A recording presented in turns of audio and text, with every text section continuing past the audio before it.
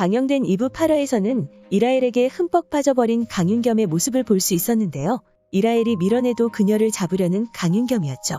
8화에서는 한소라의 뺑소니 사고로 인해 소동이 일어났고 한팔로와 강윤겸까지 그 사실을 알게 되었는데요.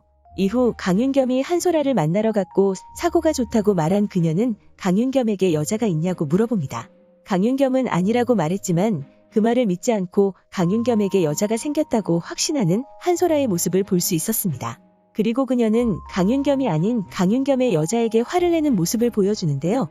이후 그녀를 찾으려는 한소라의 모습이 나왔습니다.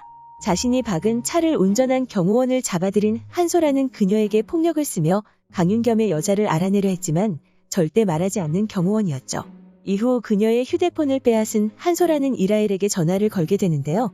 이라엘은 처음에 그 전화를 거절하는 모습을 보여줍니다. 이내 다시 전화를 건 이라엘은 한소라의 누구냐는 물음에 대답하지 않았는데요. 이후 문자로 내일 12시에 보자고 말한 그녀였습니다. 그리고 그 즉시 잡고 있는 경호원을 풀어주라 말하는데요.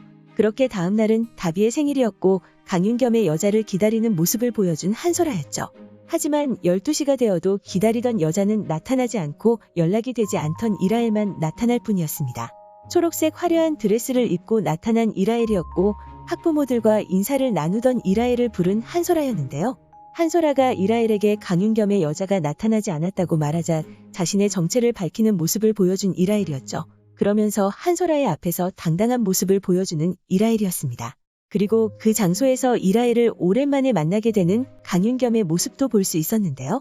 왜 연락이 되지 않았냐 이라엘에게 물은 그는 오늘 함께 있자며 그녀의 장소로 가겠다 말합니다.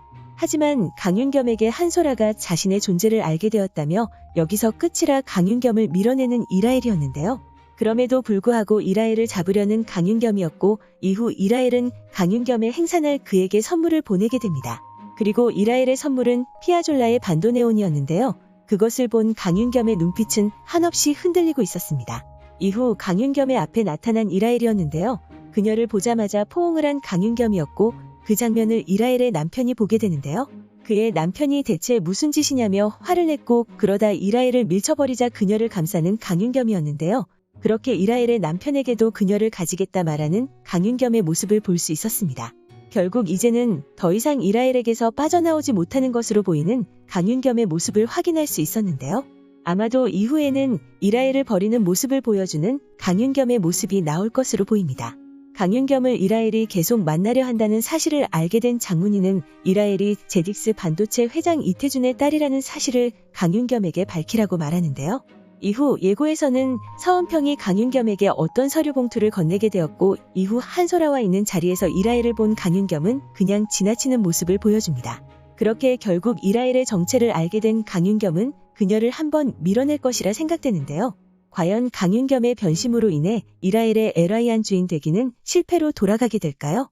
이번 화를 시청하면서 진짜 이라엘이 강윤겸에게 마음이 생긴 것인지 궁금해졌는데요. 강윤겸의 마음을 너무나 잘 알고 있는 그녀는 그를 조련하는 것이 아닐까라는 생각이 들 정도로 강윤겸의 마음을 완벽하게 빼앗아버렸습니다. 그런 그가 마음을 돌리게 된 것에는 정말 큰 이유가 있을 것으로 보이는데요. 과연 장문희는 이라엘의 정체를 강윤겸에게 밝히는 것과 함께 이라엘이 복수를 위해 그에게 접근했다는 사실도 밝히게 될까요?